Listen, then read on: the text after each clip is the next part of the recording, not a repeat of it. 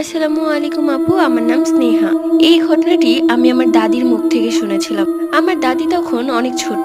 দাদির বড় ভাইয়ের সবেমাত্র বিয়ে হয়েছে। বলে রাখা ভালো, দাদিদের বাড়িতে একটা বড় আমড়া গাছ ছিল। সেই গাছটা নাকি মোটেও ভালো না। যাই হোক, বড় ভাই বউকে নিয়ে বাড়িতে ঢুকে।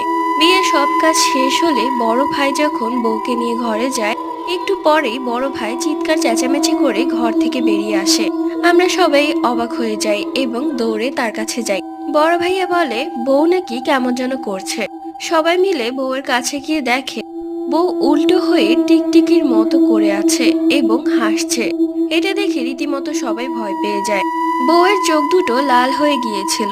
এরপর একটি ওঝাকে ডেকে আনা হয় এবং ওঝা জানায় সে আমড়া গাছে একটি জিন আছে এবং সেই জিন জানায় দাদির বড় ভাইয়ের বউকে নাকি খুব পছন্দ হয়েছে তার তার জন্য ধরেছে। এরপর ওঝা সেই জিনকে তাড়িয়ে দেয়।